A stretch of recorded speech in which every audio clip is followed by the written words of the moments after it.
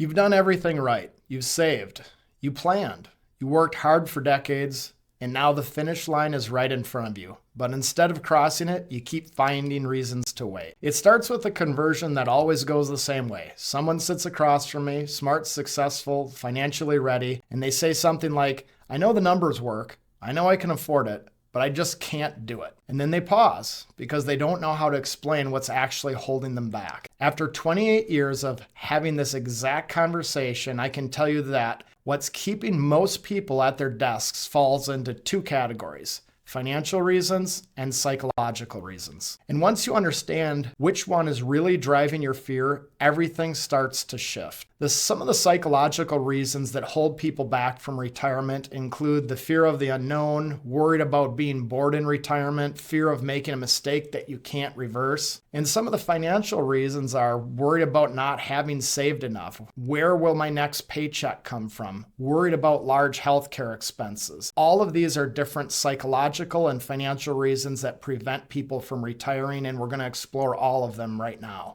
So psychological reason number one is fear of the unknown. And I get it. You typically only do this once. And one thing that I think I hope you can relate to that I've gone through because I haven't retired yet is when I purchased my first house. It was months worth of planning and thinking about the math and whether I could afford the home. I thought about what my mortgage payments would be, what repairs would cost, what property taxes would cost, and I literally lost sleep over this. And I can remember after finally pulling the trigger and purchasing my new home, after about 3 or 4 months, I just kind of sat back and realized I wasn't worried at all. And I can tell you from this example that this has a lot of similarities to the conversations that I have with people that are going through retirement.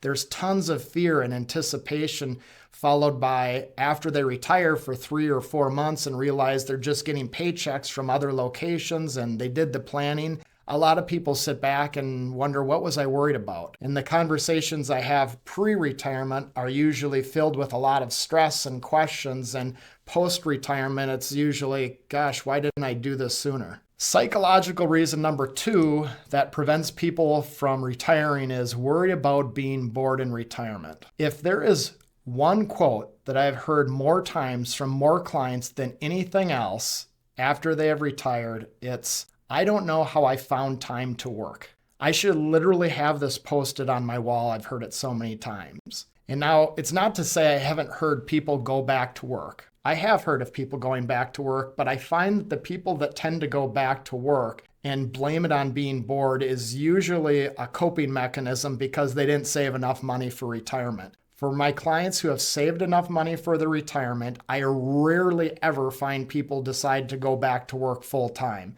People will do volunteer work or might do something a few days a week to stay busy, but it's rare that I find people go back to a 40-hour work week. Psychological reason number three that prevents people from retiring is fear of making a mistake you can't reverse. And there's a couple of things I'll say about this. Number one, do the odds of you making a mistake in retirement go down if you work another year, 2 years, 3 years? In addition to that, on number two, I personally can't think of an example where a client made a mistake that compromised their retirement. And that's for clients of ours. Now, it's not to say I haven't heard of and seen people make mistakes that required them to go back to work and that compromised their retirement. But I find that's usually people that might have had a very incompetent advisor or a person that did their own finances and didn't do a very good job with their own finances. But if you're a competent do-it-yourselfer or if you have a competent advisor, I rarely find that people have to go back to work because of a large mistake they've made.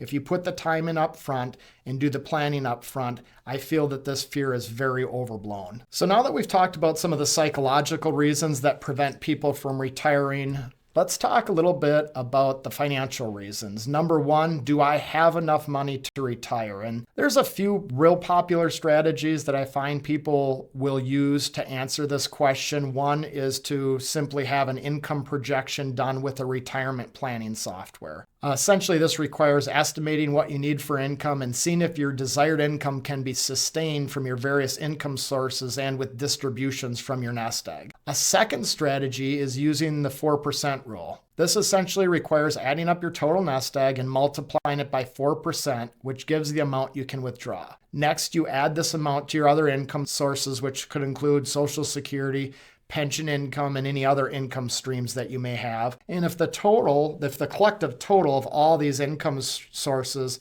are more than what you need, you're good. Both strategies are fine to use, but there are two common mistakes we see. Mistake number one includes failure to account for unanticipated expenses. Inevitably, people have kids get married, they need new roofs, new windows, new vehicles, whatever it might be. There's going to be things that pop up. And this is a problem for some people who use their nest egg as a piggy bank. And what I advocate people to do in retirement is to have an income stream that they know they can safely afford to maintain their lifestyle throughout retirement, and use a portion of that income stream to establish an emergency reserve fund, just like you did during your working years. And if you don't do this, you fall susceptible to using your nest egg for a piggy bank, which can be bad because if you haven't put that into the retirement income projection that you've done, and if you haven't factored that into the 4% rule, you run the risk of running.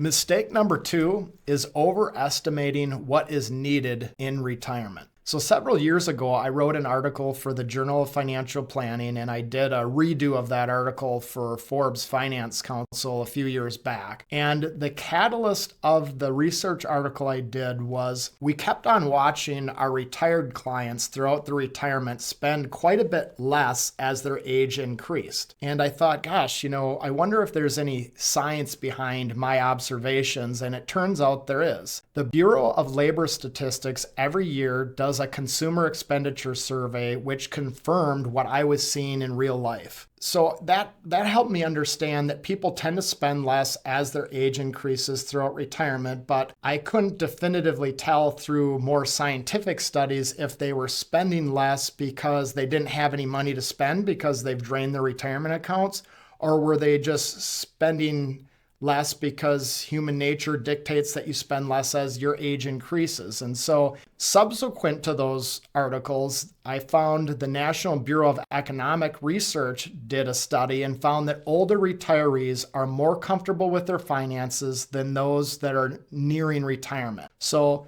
this would imply that people are spending less in retirement, not because they have to or they need to, but because they're just choosing to spend less because they're not as active as their younger years. So if you're on the cusp of retirement and you haven't considered this and you haven't run a retirement income projection that considers this, it can make a big difference on when you can retire. So financial reason number two that prevents people from retiring is a concern over where their paychecks will come from. And this concern generally stems from how to take income from your investments. And first off, I should say that this process of starting an income stream is not difficult. It generally entails signing a piece of paper, telling your investment custodian how much income you want to take monthly and which bank account to send it to. The biggest mistake with this comes from unnecessary taxes from taking from the wrong investment accounts at the wrong time. The remedy to this is to follow a three-step approach. Number one, categorize your investments into three buckets: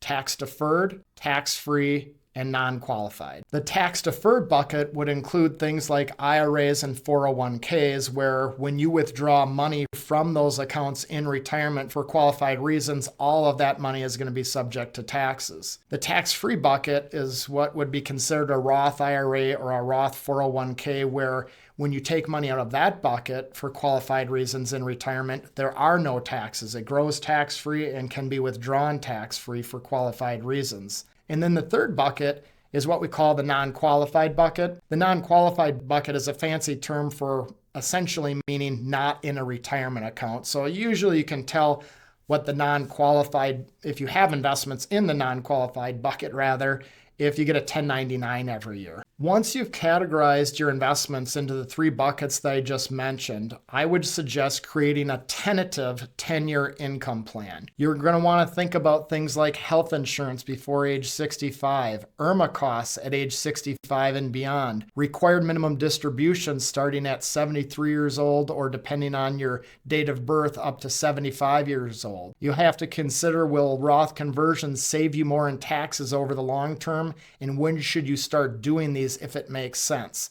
These are all known things, and depending on the amounts in the 3 different buckets, this will help dictate your tentative plan. Once you have your tentative plan in place, it doesn't mean you have to stick to it. In fact, the most successful retirees I see are willing to adapt that tentative plan because income needs are going to change in the future, unanticipated expenses will arise, and tax laws will inevitably change too, and that might mean you have to zig and zag with your tentative 10-year plan. Financial reason number 3 that prevents people from retiring is the concern of having large healthcare expenses derailing their retirement. And I think this is a valid concern, but it might not be a valid concern for the reason you're thinking about. I can't think of one client of ours who has compromised their retirement due to unanticipated healthcare expenses, because the clients that I've worked with over the years, they generally have health insurance that takes care of the large expenses. The one exception I would say to this is with nursing home or long-term care related expenses that are very extended in nature. That's the one caveat to this, but of course there's insurance that can take care of that and hopefully subside that fear.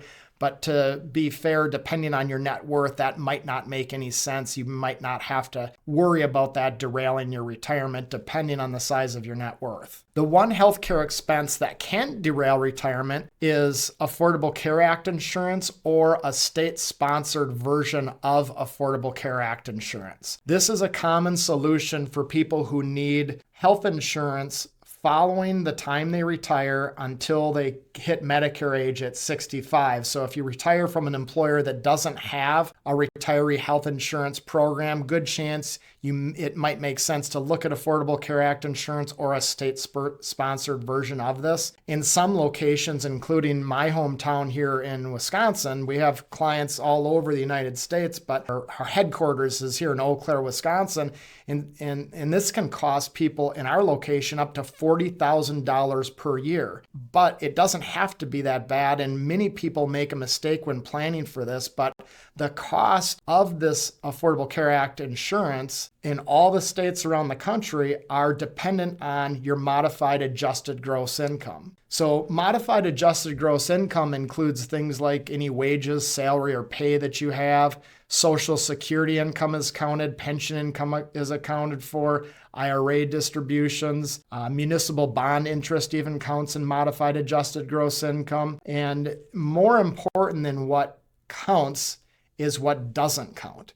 What doesn't count is qualified Roth IRA distributions and applicable distributions of basis from your non-qualified bucket. So in a nutshell, if you can keep enough money in those buckets that don't count towards modified adjusted gross income, you can significantly, potentially, depending on the size of your net worth and income sources, but there's many situations where I see people dramatically reduce the cost of their health insurance pre-Medicare age at 65 simply by organizing their buckets of money correctly in advance of retirement and pulling their income streams from the friendly buckets as it pertains to Affordable Care Act insurance costs and keeping modified adjusted gross income low. So to illustrate how impactful modified adjusted gross income can be, again, I'm going to use my hometown here because I'm very familiar with it. We have people from many different states, and depending on the state you're in,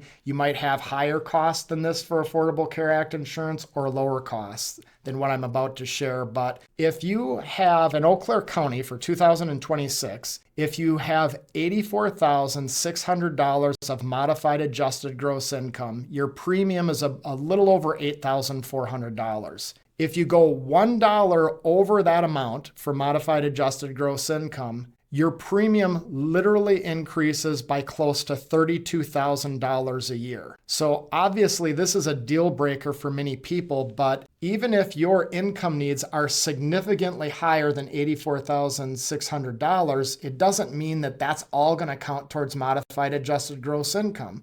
If somebody took a $200,000 distribution from basis from a non-qualified account or from a Roth IRA for qualified reasons, none of that income would show up as modified adjusted gross income, and in this case could potentially save over $32,000 a year before Medicare kicks in at age 65. My sincere hope with going over this is that I answered some questions about fears that are irrational. I also wanted to go over concerns that you may not have known existed. You don't have to figure this out alone. Sitting down with someone who has helped hundreds of people through this can help you understand how to pull together the different moving parts of your unique situation. If that sounds like something you'd want to do, there's a link in the description where you can book a call with one of the CFPs from my team. No pressure, no sales pitch, just a conversation about where you are and what's possible. So if you're scared to retire, know you're not alone. The fears are real, but so is this. Almost everyone who makes this leap tells me they wish they had made it sooner. And most of them say the same thing. I don't know how I ever found time to work. The fear doesn't go away on its own, but a clear path can reduce the irrational fears significantly. And if you want to see what the plan looks like, how the most successful retirees actually structure their income so they never worry about running out of money, that's exactly what I'll break down in this video right here. I'll see you there.